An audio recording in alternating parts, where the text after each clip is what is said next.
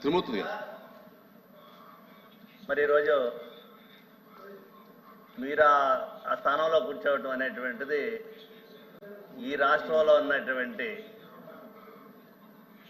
బడుగు బలహీన వర్గాల కాకుండా దళిత జాతి అంతా కూడా చాలా గౌరవంగా ఫీల్ అవుతున్నారనేటువంటి విషయాన్ని ఈ సందర్భంగా మీకు మనవి చేస్తూ, మనం మీతోటి పాటు నేను కూడా మనం అందరం ఒకే రోజుని ప్రమాణ స్వీకారం చేసినటువంటి పరిస్థితి ఆనాటి ముఖ్యమంత్రి వైఎస్ జగన్మోహన్ రెడ్డి గారి యొక్క నాయకత్వంలో ఒక దళితుడిగా ఇంత గౌరవమైనటువంటి స్థానంలో ఈ సభలో మిమ్మల్ని కూర్చోబెట్టినటువంటి జగన్మోహన్ రెడ్డి గారికి కృతజ్ఞతగా ఉండవలసినటువంటి అవసరం ఉందనేటువంటిది మనం చేస్తూ, మీతోటి పాటు ఎదురుగా ఉన్నటువంటి సోదరిమణి డిప్యూటీ చైర్మన్గా ఒక మైనారిటీ వర్గానికి సంబంధించినటువంటి ఆమెను కూడా నియమించడం అనేటువంటి జరిగింది.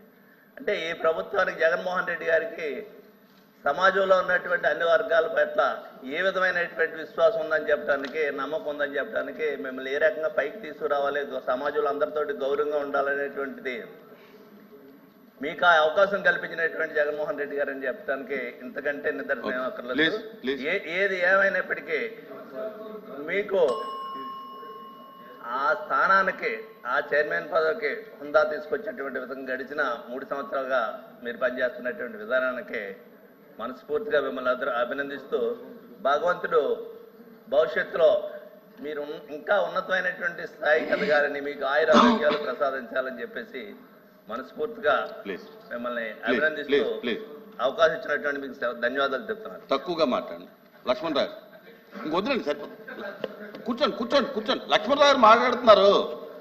అరే మీరు లక్ష్మణ్ రావు మాట్లాడుతున్నారంటే మీరు వినిపించుకోరేమండి. అరే నేను ఈయనకి అవకాశం ఇస్తే మీరు మాట్లాడితే ఎలాగా? కూర్చోండి. అధ్యక్ష, శాసన మండలి చైర్మన్ పదవి ఒక రాజ్యాంగ పదవి. డాక్టర్ బిఆర్ అంబేద్కర్ రాజ్యాంగాన్ని రాసినప్పుడు, ఈ పదవులు సృష్టించినప్పుడు అణచివేతకు గురైన వర్గాలు ఎలాంటి గౌరవం పొందాలో కూడా ఆయన విశ్లేషించారు.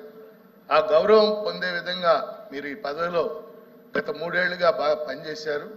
ముఖ్యంగా ప్రభుత్వం మారినప్పటికి కూడా సమన్వయంతో పనిచేస్తూ సభని మీరు సమర్థవంతంగా ముందుకు తీసుకెళ్తున్నారని పీడీఎఫ్ తరఫున భావిస్తూ, పీడీఎఫ్ తరఫున మీకు హృదయపూర్వకంగా